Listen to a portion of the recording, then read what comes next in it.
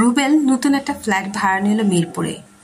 Flat সুন্দর, দামও কম, শুধু একটা শর্ত, রাত 11টার পর বারান্দায় যাওয়া যাবে না। বাড়িওয়ালা হেসে বলল, ওদিকের ফ্ল্যাটটা একটু সমস্যার, পুরনো ঘটনা। রুবেল তেমন কিছু ভাবল না।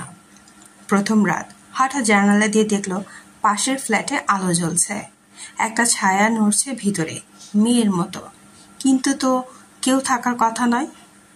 পরদিন অফিসে এসে বাড়িওয়ালাকে জিজ্ঞেস করল, ওই ফ্ল্যাটে কে থাকে? বাড়িওয়ালা প্রথমে থেমে গেল, ধীরে বলল, ওখানে কেউ থাকে না বাবা, 3 বছর আগে এক মেয়ে আত্মহত্যা করেছিল। রাতে আবার আলো জ্বলে উঠল। রুবেল এবার সাহস করে বারান্দায় গেল।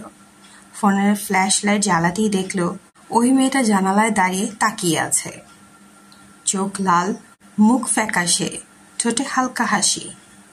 সে ভয়ে ঘরে ঢুকে দরজা বন্ধ করল। সকালে ঘুম ভেঙে দেখল জানালার কাছে লেখা, তুমি কেন তাকালে?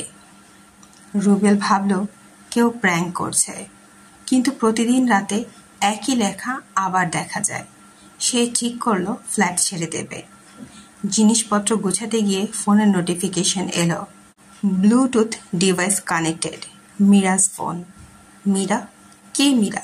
তারপর স্ক্রিনে ভেসে উঠল একটা ছবি, বারান্দায় দাঁড়ানো মেয়েটি, আর পেছনে রুবেলের মুখ।